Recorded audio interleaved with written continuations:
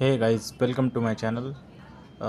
इस आज हम डिस्कस करेंगे ओला इलेक्ट्रिक मोबिलिटी के बारे में। बहुत सारे लोग जो इसमें आईपीओ में लेकर फंस चुके हैं।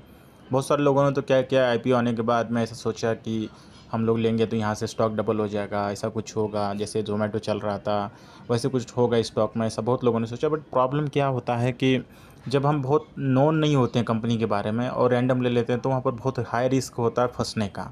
और सिमिलर सिचुएशन इसी कंडीशन इस कंपनी के साथ में भी है। आप खुद देखो कि ओला का जो अब मार्केट शेयर है, आप देखो वो जनरली अपन सोचते हैं कि जैसे रैपिडो है उस टाइप का ओला है। एक्चुअल में ओला कंपनी दूसरी है। ये ओला कंपनी इलेक्ट्रिक स्कूटर बेचती है। दूसरी ओला जो है जो आपको राइड प्रोवाइड करती है यहाँ से वहाँ ले जाने के लिए, वो दूसरी कंपनी है। दोनों का सीईओ सेम है, बट ये दूसरी कंपनी का आईपीओ आया था जो इलेक्ट्रिकल स्कूटर बेचती है। इलेक्ट्रिकल स्कूटर में भी बहुत हाई ज़्यादा कंपटीशन हो चुका है। पहले एक टाइम था जब इलेक्ट्रिकल स्कूटर में जब बहुत ज़्यादा हाई कंपटीशन नहीं था, बट अभी देखोगे आप होंडा का, टीवीएस का, बजाज का, चेतक आ गया। ऐसे कई स्कूटर जो हैं बहुत अच्छा अभी मार्केट में कंपटीशन क्रिएट कर रहे हैं। इसलिए ओला का जो पहले था एक ऑरा, अब वो ख़त्म हो चुका है। बिकॉज कंपटीशन बढ़ता है तो आपके पास ऑप्शन होते हैं तो आप अलग चूज़ करते हैं जो आपको बेटर पोजीशन देता है। तो आज हम वो सब बात करेंगे ओला मोबिलिटी के बारे में कि स्टॉक में क्या हो रहा है, आगे क्या करना है हम लोग को, कैसे इस स्टॉक्स में पोजीशन लेना है, क्या कैसे एग्जिट करना है, इसके बारे में पूरा डिस्कशन करेंगे, एनालिसिस करेंगे एक तरह से। आप कंपनी के बारे में देखोगे तो सिमिलर इलेक्ट्रिकल व्हीकल्स बेचती है और उसके कंपोनेंट जो स्पेयर पार्ट्स होती है वो भी बेचती है कंपनी। साथ में इसमें उनके खुद की अपनी बैटरी की कंपनी है जो उसके अंदर बैटरी भी लगाती है। सब कुछ वही बनाते हैं, इन हाउस डिज़ाइन है इस कंपनी का। तो मेजॉरिटी जो है इनका टू व्हीलर का ही है, दूसरा कोई सेगमेंट नहीं है। तो 20,000 करोड़ की कंपनी है, मतलब 21,000 करोड़ का, 20,800 तो मतलब 21,000 करोड़ की कंपनी है। अभी का प्राइस है 47.2। अभी बीच में स्टॉक 50 तक भी गया था। अब इस कंपनी का जो आप देखोगे चार्ट में, तो ये कंपनी जो लिस्ट हुई थी वो 91 रुपीज़ पे हुई थी। कुछ लोगों ने तो 110 पे भी खरीद कर बैठे हैं। कई बार मेरे को मैसेज आता है कि सर 110 पे हमने लिया था, वहाँ तक जाएगा कि नहीं जाएगा। मैं हमेशा उनको यही बोलता हूँ कि भाई आपने लिया ही क्यों था उस पोजीशन पे। अब ठीक है, ले लिया तो ले लिया आपने, एग्ज़िट कैसे लेना है वो आप ऐसे इस टाइम पे पूछोगे जब 50% डाउन है तो किसी को भी कॉल लेना बहुत मुश्किल होता है, कोई भी एनालिस्ट को। तो अभी चल रहा है कि अभी 49 के 47 के आसपास चल रहा है इसका प्राइस। और देखोगे आप 102 एक 91 रुपीज़ से कहाँ तक आ गया, 50% स्टॉक डाउन हो चुका है। अब इसके आते हैं मेन बिजनेस कैसे चल रहा है। आप देखोगे तो अब करंटली आप देखो जून क्वार्टर का रिजल्ट 1600 करोड़ से आ चुका है 828 करोड़ पे। मतलब इनका जो रेवेन्यू है हाफ हो चुका है। मतलब कल आप मान के चलो आपके पास दुकान है, आप जो एक मार्केट में बेच रहे थे, हर साल आप मान के चलो 1 लाख का सामान बेचते हो हर महीने। अब 3 महीने का 3 लाख का था। अब इस पिछले साल 3 साल का 3 महीने में आपने 3 लाख का बेचता, इस साल उसी 3 महीने में आप 1.5 लाख का बेच पा रहे हो। तो आपका कितना लॉस हो रहा है आप समझ रहे हो। मतलब आपका जो रेवेन्यू है आप डायरेक्ट हाफ हो रहा है। तो आपका प्रॉफिट कुछ बना भी रहे थे आप उस पर कुछ 50,000 तो डायरेक्ट 25,000 पे आ जाएगा। लेकिन आपका सेम टाइम पे आप देखोगे आपका इलेक्ट्रिसिटी बिल तो उतना ही आएगा उस दुकान के लिए, आदमी तो उतने ही काम के लिए रखना पड़ेगा। तो प्रॉफिट आपका डाउन हो जाएगा उल्टा। सिमिलर सिचुएशन इस कंपनी का आप देखोगे 347 करोड़ का लॉस था, उसके अगेंस्ट में और ज़्यादा लॉस बढ़ चुका है जबकि रेवेन्यू कम होने के बाद भी। मतलब आप ज़्यादा सामान, आप एक तो पहले ज़्यादा सामान बेचते थे तब भी प्रॉफिट कम था, और कम सामान बेच के भी और भी कम प्रॉफिट हो रहा है। मतलब ऑलमोस्ट निगेटिव में चल रहा है। और इस कंपनी का आप देखोगे तो मार्जिन देखो आप 29%, -114%। तो कंपनी प्रॉफिट बनाने वाली कंपनी को जनरली इन्वेस्टमेंट बोलते हैं। लेकिन आजकल का ट्रेंड क्या हो गया है कि हम हर आदमी सोचता है कि अभी कंपनी बहुत एक्सपांड कर रही है तो इन्वेस्टमेंट ज़्यादा कर रही है तो वो घाटे में भी चलेगी तो चलेगा, लेकिन 10 साल आगे चल के 4-5 साल बाद कंपनी प्रॉफिट में आ जाएगी, 15-20% के मार्जिन हो जाएंगे, तब इसका प्रॉफिट बहुत बढ़ के आएगा। ये एक्स्ट्रा इनमें बहुत ज़्यादा इन्वेंशन पे चलने वाली कंपनी। एक्चुअल में बात यह है कि ये कंपनी कोई भी इन्वेंशन नहीं कर रही है। ये जो नॉर्मल एक स्कूटर है उसमें बैटरी बना के बेच रही है, मार्केटिंग का खेल है, और कुछ भी नया नहीं इस कंपनी में। इससे बेटर आप देखोगे बजाज के सेम टीवीएस के भी स्कूटर्स बिक रहे हैं, वो स्कूटर बेच के प्रॉफिट कमा रहे हैं, और ओला इलेक्ट्रिक स्कूटर बेच के घाटा कर रही है। तो आप समझो एक बिज़नेस भी एक गेम होता है, बिज़नेस गेम होता है प्रॉफिट का। और ये बस सेल्स का गेम नहीं है, आप कितना ज़्यादा बेच पाते हो, प्रॉफिट इज़ द मेन। अगर प्रॉफिट है तो आपका स्टॉक चढ़ेगा, अदरवाइज़ नहीं चढ़ेगा, आप वैसे ही पड़ा रहेगा स्टॉक। आप सिमिलर सिचुएशन आप देखो इस कंपनी का प्रॉफिट लॉस स्टेटमेंट आप लास्ट 2-3 ईयर्स का भी देखो तो कंपनी का जो प्रॉफिट है वो 2600 करोड़ से रेवेन्यू था, वहाँ से लेकर 4500 करोड़ तक आ गया था। मतलब ऑलमोस्ट डबल कर लिया था कंपनी ने रेवेन्यू 2-3 साल में।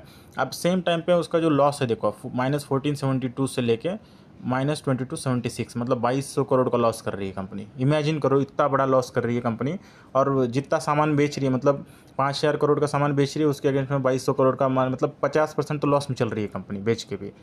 तो आप देखोगे कंपनी के ऊपर लोन 3556 करोड़ का लोन है, और कुछ खास इन्वेस्टमेंट नहीं है, 40 करोड़ का इन्वेस्टमेंट है। कैश कंपनी में कितना आप देखोगे तो 3516 करोड़ का कैश है, मतलब लोन के ना के बराबर है, लेकिन कंपनी का प्रॉफिट ही नहीं है, तो आप क्या करोगे इसको जान के भी।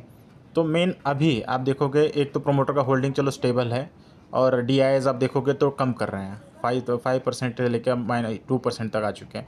डीआईएस भी कुछ खास वाले नहीं है, एक मिराज एसेट फंड है और उससे अलग कुछ नहीं। एफआईआईज एक दो हैं, वो भी सिटी ग्रुप ले रहा है, ऐसा कुछ नहीं। और अदर पब्लिक में देखोगे तो आप ये सब पहले के जो इन्वेस्टर्स थे, पहले जिन्होंने कंपनी में पैसा लगाया था आज से 2-4 साल 5 साल पहले, वो सब इन्वेस्टर्स हैं ये सब। तो उनका कुछ ऐसा कोई रिटेल इन्वेस्टर का नहीं, उनका लॉस हो प्रॉफिट है, उनको तब भी प्रॉफिट है, बिकॉज उन्होंने जब कंपनी 2-3 हज़ार करोड़ की थी तब पैसा लगाया था, अभी 20,000 करोड़ की कंपनी, तो उनको उतना फ़र्क नहीं पड़ता। फ़र्क पड़ता है रिटेल इन्वेस्टर जिसने हाई पे खरीदा, मतलब कंपनी का वैल्यूएशन जब 40-50 हज़ार करोड़ था तब खरीदा था, आज वो कंपनी का वैल्यूएशन आ चुका 20,000 करोड़, मतलब 50% उनका कैपिटल वाइट आउट हो चुका है। तो अब बात यह है कि फ्यूचर में क्या करना है। पहली बात तो जो भी नया इन्वेस्टर, इसको बिल्कुल भी नहीं लेना है। अगर हो सकता है स्टॉक यहाँ से डबल भी हो जाए, लेकिन साथ में इसके साथ रिस्क भी बहुत ज़्यादा है। जो स्टॉक में ज़्यादा रिस्क है, मान के चलो नीचे साइड के अभी भी 30-40% की डाउन साइड है, अप साइड भी 40-50% की है। आप रिस्क रिवार्ड फेवरेबल देखो, आप कितना ज़्यादा है कि आप नीचे भी उतना देख रहे हो, ऊपर भी उतना ही देख रहे हो, मतलब हो सकता है डाउन साइड भी उतना हो, अप साइड भी उतना हो। तो आपको ऐसे स्टॉक्स में बिल्कुल नहीं लगाना है। स्टॉक कैसे होने चाहिए कि डाउन साइड जो है 20% रहे, लेकिन अप साइड कम से कम 40-50% रहे, मतलब डबल से ज़्यादा हो, तो ही वो रिस्क रिवार्ड रेशियो फेवरेबल है। अदरवाइज़ उसमें आप बिल्कुल भी इन्वेस्टेड नहीं करना है, मतलब नहीं करना है। एक आप दिमाग में बिठा लीजिए इसको, एक रूल बना लीजिए कि 20% 25% नीचे डाउन साइड है, तो ऊपर साइड कम से कम 50 से 60% अप साइड होना चाहिए। अब निकलना कब है इस कंपनी से, एग्जिट अगर लेने का आप सोच भी रहे हैं, फ्यूचर तो कंपनी का मुझे नहीं लगता कि कुछ खास होने वाला है इस कंपनी में। अब वो बहुत लोग बोलने वाले थे कि ओला का भविष्य करना ले कर लिया, बहुत फ्यूचरिस्टिक आदमी है, इलॉन मस्क टाइप का आदमी है, ऐसा वैसा, ये सब बहुत लोग बोलते हैं। इंडिया में बहुत सारे ऐसे लोग हैं जो क्रेजी थिंग्स कर रहे हैं, बट एक्चुअल में कुछ होने वाला नहीं है। चलो जोमेटो का एक एग्जाम्पल फिक्स है कि चलो जोमेटो में प्रॉफिट आ भी रहा है, लेकिन इसमें तो प्रॉफिट का तो कहीं पर निशान भी नहीं दिख रहा है। और ज़ोमैटो सच में प्रॉफिटेबल बिजनेस बन भी सकता है, बिकॉज आप रेस्टोरेंट से मंगा रहे हो तो वो कुछ कम प्राइस में नहीं बेच रहे हैं, ऑलमोस्ट वो रेस्टोरेंट के डबल प्राइस में आपको घर तक पहुंचता है, खाना पहुंचता है। तो लेकिन यहाँ पर ओला इलेक्ट्रिक तो ऐसा नहीं कर रही कि जो स्कूटर है आपके घर तक ला के वो उसी प्राइस को 50, वो स्कूटर 1 लाख की जगह 1.5 लाख में बेच के प्रॉफिट बना लेगी। उसको हमेशा उसी प्राइस में बेचना पड़ेगा जो बजाज चेतक बेचेगा, या फिर टीवीएस वाले बेचेंगे, या फिर होंडा वाले बेचेंगे। कोई खास कंपटीशन बहुत ज़्यादा है, और जोमेटो के केस में कोई कंपटीशन नहीं था, स्विगी के अलावा कोई कंपनी नहीं है, बट इस केस में बहुत हाई कंपटीशन है। तो मुझे नहीं लगता कि कुछ खास होने वाला है, इसलिए आप इस कंपनी में ज़्यादा तवज्जो देने की कोशिश मत करो, और ज़्यादा पोजीशन लेने की कोशिश मत करो। इससे अच्छे बहुत सारे स्टॉक्स हैं जो यहाँ से डबल हो सकते हैं, 50-50 60% का गेन दे सकते हैं। बहुत सारे स्टॉक्स हैं जो माइक्रो कैप हैं, स्मॉल कैप हैं, मिड कैप में भी बहुत सारे स्टॉक्स हैं। उसकी तरफ ध्यान दो, वहाँ पर इन्वेस्टमेंट करो, सेफ रहो ज़्यादा, और अच्छे रिटर्न बनाओ। यहाँ पर उतना रिस्क लें। अब निकलना किस पोजीशन पे, मुझे लगता है कि ये थोड़ा सा स्टॉक अभी चढ़ा है, तो यहाँ से थोड़ा चांस है, थोड़ा सा पॉजिटिव न्यूज़ आने लग गई हैं, तो एक अगर 60-70 का प्राइस मिलता है तो आप एग्ज़िट ले लीजिए। अगर आप वेट करेंगे 90-100 का प्राइस आएगा तो हो सकता है आ भी जाए, और नहीं आ सकता तो फिर 70 जो मिल रहा है वो भी डाउन साइड आके स्टॉक वापस 40 रुपये पे आ जाए। तो इसीलिए बेटर है कि उस पोजीशन पे जाके थोड़ा थोड़ा थोड़ा एग्जैक्ट लेना स्टार्ट करिए।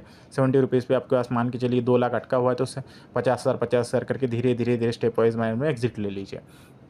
तो ऐसे स्टॉक्स में कभी भी मेरा जो एनालिसिस रहा है, मैं हमेशा अपने ग्रुप पे, व्हाट्सएप ग्रुप पे हो, कोरा पे भी आप देर ने देखा होगा, मेरा जो चैनल है जहाँ पर 1600 से ज़्यादा मेरे फॉलोअर्स हैं, बहुत सारे आंसर्स को, बहुत सारे अपोर्ट्स आते हैं, तो वहाँ पर भी मैं हमेशा यही बोलता हूँ कि एक तो अंडर वैल्यू स्टॉक होना चाहिए। आप देखोगे इसका कुछ वैल्यूशन है नेगेटिव, अब प्रॉफिट नहीं है तो पी क्या बनेगा।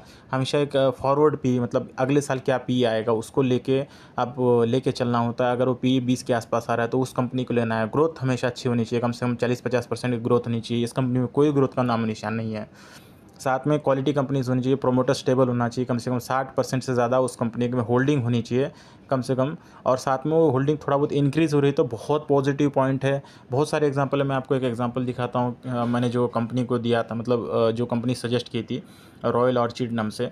अभी भी इस कंपनी का आप देखोगे, रॉयल ऑर्चिड होटल, आज भी वो 10-12% 15% ऊपर है। अभी भी मेरे पास स्टॉक है, 408 रुपये पे लिया हुआ है। तो ये स्टॉक को मैंने भी 408 पे अभी 1 हफ्ते 2 हफ्ते पहले ही लिया हुआ है, 12 अगस्त के आसपास में।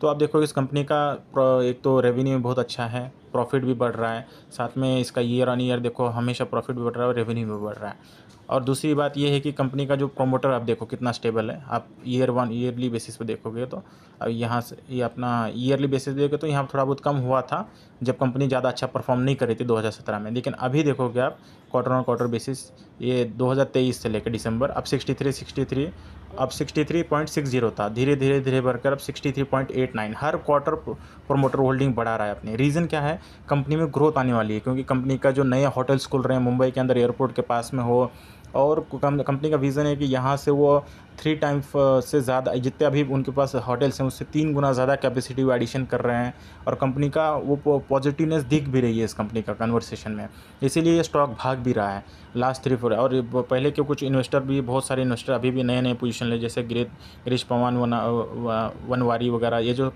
इन्वेस्टर्स हैं नई नई पोजीशंस भी ले रहे हैं, इसलिए इस कंपनी का जो ट्रेंड है बहुत पॉजिटिव हो रहा है। अब इसका चार्ट भी देखोगे तो आपको बहुत पॉजिटिव दिखेगा। अब देखो कहीं भी स्टॉक नहीं गिर रहा, बढ़ते जा रहा है, बढ़ते जा रहा है, बढ़ते जा रहा है। तो लास्ट 5 ईयर्स में देखो स्टॉक बहुत अच्छा चला है, लेकिन वही 10 ईयर्स 15 ईयर्स में देखोगे तो उतना स्टॉक अच्छा नहीं चल रहा था 2020 तक। रीज़न क्या है, कंपनी का ग्रोथ पर्सपेक्टिव ऐसा नहीं था, लेकिन अब कंपनी ग्रोथ पर्सपेक्टिव में अच्छा है, बहुत अच्छा काम कर रही है, तो इसको अब लेने का चांस है। अभी तो मैंने 408 पे लिया था, कि बहुत सारे क्लाइंट्स को मैंने बोला था 422 पे भी लेने के लिए, बहुत से लोगों ने लिया और अभी भी कुछ होल्ड कर रहे हैं, कुछ लोग एग्ज़िट ले चुके हैं जिन्होंने 15-20% बना लिया स्टॉक्स में। तो एक पर्सपेक्टिव में बता रहा हूँ कि किस स्टॉक में लेना है, किस स्टॉक में नहीं लेना है। आपको कमाना ही कितना है पूरे साल में, एक 25 से 30% के बीच में, उससे ज़्यादा कमा ले तो बहुत अच्छा, 25 से 30 तो मिनिमम कमाना है। तो बहुत अच्छे स्टॉक में आराम से बैठ के बिना स्ट्रेस लिए, बिना ब्लड प्रेशर बढ़े पैसा बन सकता है, तो क्यों स्ट्रेस लेना है उतना। तो ओला जैसे स्टॉक्स में जाके उल्टा आप वहाँ पर लॉस करने का ही ज़्यादा चांस होता है रिटेल में। तो ये मोटा मोटी एक पॉइंट था कि आपको हमेशा याद रखना है, इस स्टॉक से थोड़ा सा अवॉइड करना है। जैसे मैंने एग्जांपल में बताया था कि बजाज हाउसिंग पे भी मत लेना, मैंने बोला था। मैंने तो एचडीबी फाइनेंशियल सर्विसेज पे भी मत लेना बोला था, आएगा स्टॉक नीचे तब खरीदेंगे।